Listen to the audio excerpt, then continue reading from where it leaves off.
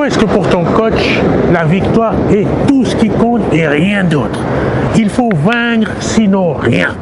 Pourquoi est-ce qu'il a cette obsession envers la victoire dans le jiu-jitsu brésilien? Bonjour, c'est Jean-Serge Moulouba, le spécialiste de tes relations plus épanouies au quotidien, et on va aborder des caractères de l'ombre. Parce que tu pourrais dire, mais enfin, c'est très bien qu'un coach pense à la victoire tout le temps. Et pourtant, ce n'est pas si clair que ça. Il y a des choses que tu devrais comprendre, notamment dans son trait de caractère que je vais te citer ici en 3 points. Le premier, c'est celui de cette victoire, justement. Pour lui, c'est la noble cause, c'est-à-dire qu'il n'y a rien d'autre qui représente le bien. Et la fin justifie les moyens. Peu importe ce que tu peux endurer, peu importe ce par quoi tu peux passer, à partir du moment où tu gagnes, eh bien ça justifie tout. C'est aussi pour ça qu'il va se permettre les traitements les plus sordides sur des étudiants en disant, voilà, c'est ce par quoi vous devez passer afin d'avoir ce résultat ultime qu'est la victoire. Alors, ceux qui s'en portent bien en général, comme il a été prouvé dans les études récentes, ceux qui s'en sortent bien et qui ont de bons résultats auront tendance à minimiser les abus des coachs, alors que ceux qui sont dans la moyenne ou en dessous seront très frappés par ces abus-là.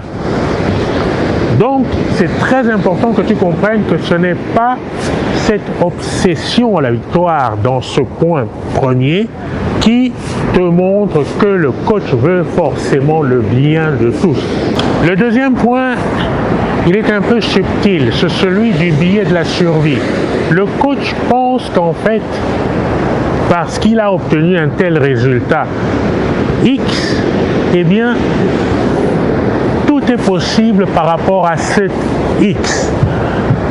Ce qu'il oublie, c'est de considérer tous les dégâts collatéraux, toutes les personnes qui sont passées au travers, tous les gens qui sont venus le voir et qui sont repartis, toutes les personnes qui n'ont pas supporté son caractère, ses méthodologies, ses discours, ses insultes, ses invectives, etc. et qui sont partis. Il va rester rivé sur le seul résultat, souvent le concernant lui, qu'il a obtenu pour justifier de ses comportements et de ses méthodologies. Et ça, c'est un red flag, comme on dit. Tu dois le considérer. Le troisième point se définit en termes de quadra. Un quadra, pourquoi? Parce que là, on rentre vraiment dans le cœur de sa psychologie. On va commencer par cet aspect narcissique en miroir. Pour lui, ce qui compte, c'est la victoire, comme on le disait déjà dans le premier point. Et si tu gagnes, en fait, ça sera grâce à lui. Par contre, si tu perds, tu seras vraiment une gêne, une honte. Pourquoi? Parce qu'il a besoin d'abord de se protéger en égo. C'est moi qui t'ai donné la ceinture noire, c'est moi qui ai ceci, c'est moi qui fais cela. Ce n'est que lui. Le deuxième point du quadra, c'est le machiavélisme. Alors, tu verras que pour un tel égotique, il n'hésitera pas à manipuler même ses élèves les uns contre les autres tant que la lumière pourra être projetée sur lui. Pourquoi? Parce que ces humains-là, il les traite juste comme des transactions. Il n'a aucun investissement autre que des transactions qui lui permettent en gros de briller lui. Le troisième point, c'est un point plutôt psychopathe. Tu verras que ce coach-là, quand tu as un problème, quel qu'il soit, ça peut être une blessure physique ou psychologique ou même mentale, eh bien, il en aura cure de cela. Ça ne va rien lui dire. Tu pourras voir quelqu'un de complètement glacial. Parce que pour lui, tu ne sers à rien quand tu es blessé.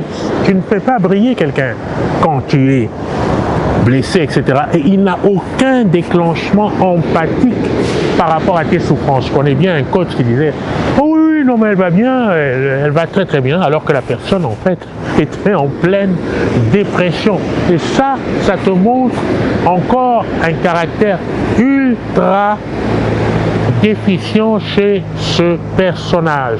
Le quatrième point du quadrat sera le sadisme.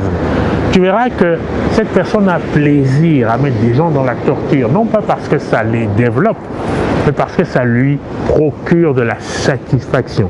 Ça déclenche en lui des surges de dopamine et il est très content quand il voit les gens souffrir. Donc, ceci pour te dire très simplement, en ces 3 points, que le coach qui veut absolument te voir gagner cache souvent quelque chose dans l'ombre, dans son caractère. Et tu verras, c'est quelqu'un de lugubre, quelqu'un qui n'est jamais content, quelqu'un qui n'est jamais content vraiment pour les autres.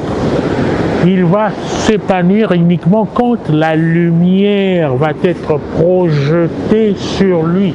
Et ce sera ça uniquement qu'il cherchera. Fais attention, dans le milieu, il y a des gens vraiment tordus. Si cette vidéo t'a plu, tâche de liker, de commenter, de partager autour de toi parce que cela m'aide à construire de plus en plus. Parce que cela m'aide à construire de plus en plus de contenu de la sorte et bien sûr à faire grandir la communauté. Je te dis à la prochaine vidéo.